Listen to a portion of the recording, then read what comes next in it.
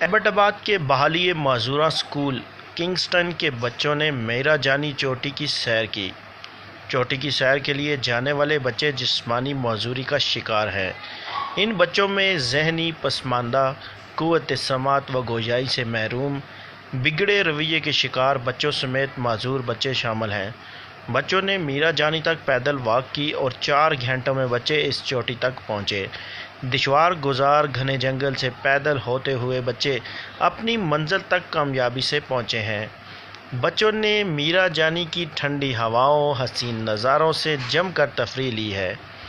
اس چوٹی تک اتنی بڑی تعداد میں معذور افراد آج تک نہیں پہنچ پائے ہیں۔ بچوں کے ہمراہ اسکول پرنسپل، اساتذہ بھی موجود تھے۔ بچوں کو جہاں سیر کرنے کا موقع ملا تو وہاں ہی ان بچوں کے کھانے پینے کا بھی خاص اہتمام کیا گیا تھا۔ میرا جانی کی سیر کر کے بچوں نے ثابت کر دیا کہ معذور افراد بھی کسی سے کم نہیں ہیں۔ اگر حوصلے بلند ہوں تو کوئی بھی کام مشکل نہیں ہے۔